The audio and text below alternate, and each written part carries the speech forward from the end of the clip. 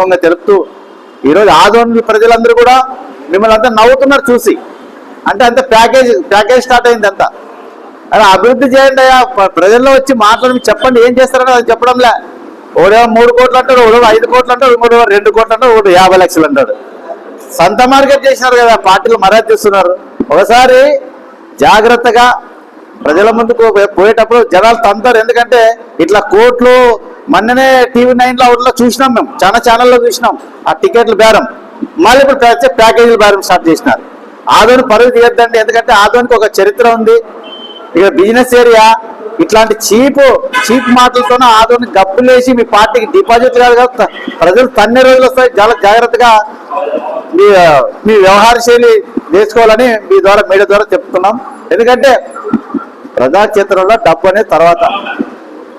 మీరు ముందుగా ప్రజలకు ఏం చేస్తామో, మేము మా ప్రభుత్వం వస్తే ఏం చేస్తాం